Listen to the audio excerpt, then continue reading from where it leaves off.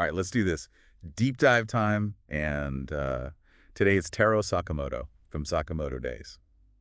I bet some people are thinking, Hitman, seriously. Mm. But I think you'll find him more relatable than you think. Yeah, what I find interesting about him is he kind of fits that retired assassin trope, but with a twist. Like, it's not revenge or just liking action that pulls him back in, it's something much deeper. Oh, absolutely. It's love.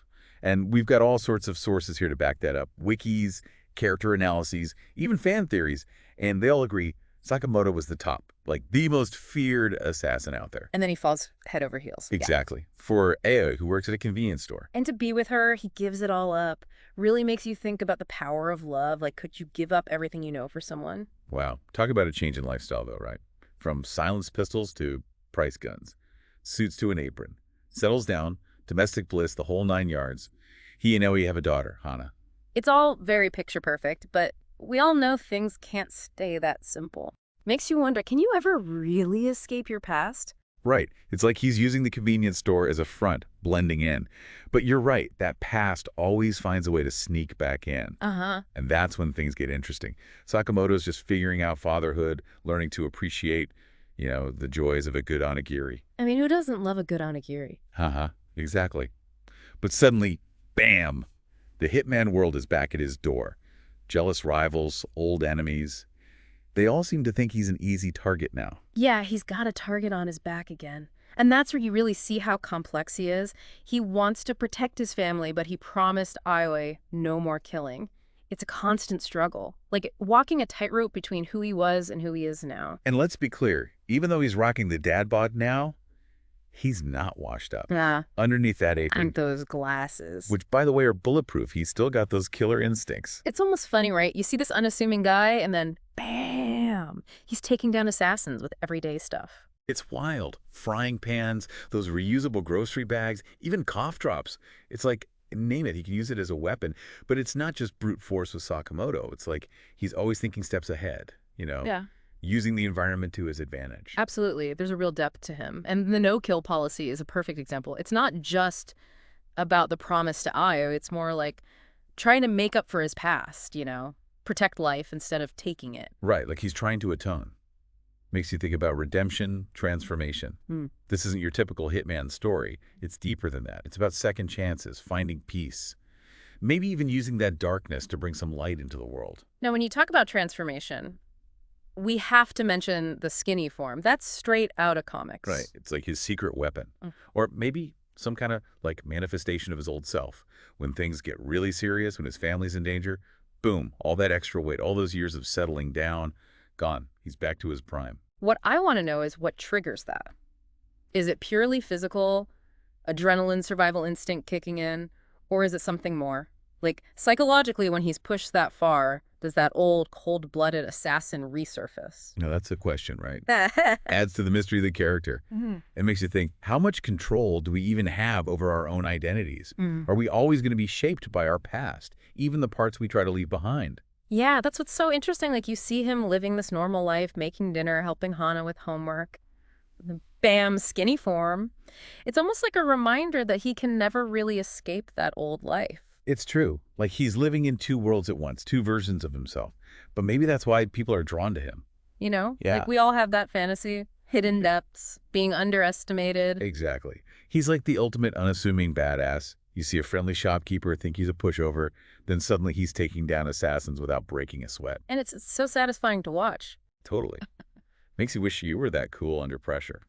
We all admire skill, especially when it comes out of nowhere like that. And it's not JC physical, right?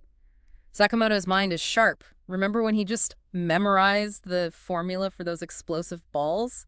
That's not luck, that's crazy observation and deduction. Oh yeah, he's always watching, analyzing, always a step ahead. Like he's playing chess, even when he's making okonomiyaki. Love that. Yeah. And that's a huge part of how he mentors Shin and Lu. It's not just fighting, it's thinking, being resourceful. Using what you have to overcome obstacles. Life lessons disguised as combat training. And he does it all with a sense of humor, too. Those scenes with Shin and Lu are gold. Like when he was teaching Shin to make the perfect pork bun. Those little moments are important, right? They show he's not just a machine. He cares about people, enjoys the simple things. He can laugh. Which makes the whole assassin past even more interesting. How do you go from that to this guy? Well, that's the redemption arc, right? The potential for change. Even the darkest past can be redeemed. It's a hopeful message, especially these days. And it's not even just leaving the past behind. It's how he used this to guide others, help them avoid his mistakes. Like he's taking those skills and turning them into something good. Protecting people, guiding lost souls like Shin. Yeah, and the no-kill thing becomes more than a promise. It's a whole way of life. He's choosing to protect instead of destroy, making up for what he did. That's what makes him a hero, right? Yeah. It's the choices he makes NAW that define him, not the past. He could have stayed on top of that assassin world. Power, wealth. But he chose love. He chose family. Powerful statement about what really matters. He finds fulfillment not in those typical ways, but in simple things. Connection, purpose. It challenges how we think about success. And I think that's what resonates with people, especially nowadays when everyone's so busy chasing whatever it is they're chasing. Yeah. We see that longing in Sakamoto too, that desire for something more than just stuff. It's a good reminder. True happiness is in those everyday moments. Laughter, connection, the small things. Exactly. Sakamoto's story celebrates that, even with all the action and crazy situations. Like, hey, remember to enjoy the simple things. Value the people you love. And never underestimate a good pork bun, right? Uh-huh. Never. But speaking of celebrations, maybe we should talk about the rest of Sakamoto Days. All the other characters, the mysteries still surrounding Sakamoto. Yeah, there's a whole world to explore there. Definitely worth diving into. Yeah, it's easy to focus on just Sakamoto, but Sakamoto Days is so much more than that. It's the whole world he lives in, like this weird mix of normal and totally insane, convenience stores in suburbs, but also secret assassins and people with crazy powers. Right, like they took everyday life and injected it with like pure action movie energy. Yeah. One minute he's helping someone cross the street, the next he's disarming a bomb with kitchen tongs. You never know what's going to happen next. Keeps you on the edge of your seat. Who's going to walk through that door? What random object is going to become a weapon?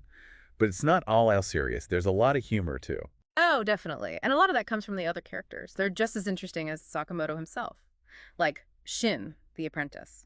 He can read minds, but he's still figuring things out, trying to balance his ambition with being loyal to Sakamoto. Yeah, Shin's a great contrast to Sakamoto. He's still tempted by that assassin life, the power and all that.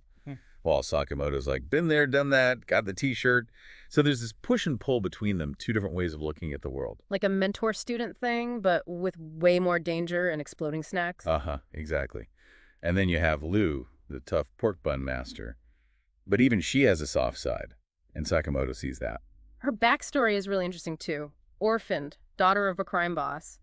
She's had to fight her whole life. Makes her super independent, but you can tell she wants someone to guide her. And Sakamoto gets it.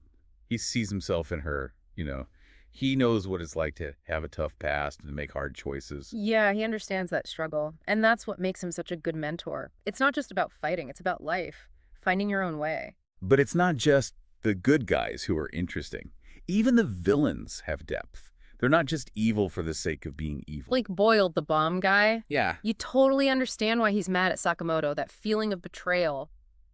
It's powerful. Shows that the world isn't black and white, right? There's nuance to everything. Exactly. And that's what makes Sakamoto Days so good. It's about choices, consequences, all those gray areas. And as we wrap up, it's clear Sakamoto's story has really hit home with people. That journey of redemption, being dedicated to his family. Plus, come on, who doesn't love the idea of being a secret badass? All the fan art, the discussions, the cosplay. People connect with these characters, these themes. It's hopeful, reminds you that change is always possible, even when things seem dark. So if you haven't seen Sakamoto Days yet, definitely check it out. It's action-packed, hilarious, and surprisingly heartwarming. It might even inspire you to look for the hidden badass inside yourself. But remember, you don't need bulletproof glasses and a secret arsenal to be a hero. Just be kind, stand up for what you believe in, and maybe learn to make a killer pork bun. And on that note, we're wrapping up our deep dive into the world of Taro Sakamoto. Hope you enjoyed it. If you did, please like, share, and subscribe to the channel. We'll see you next time.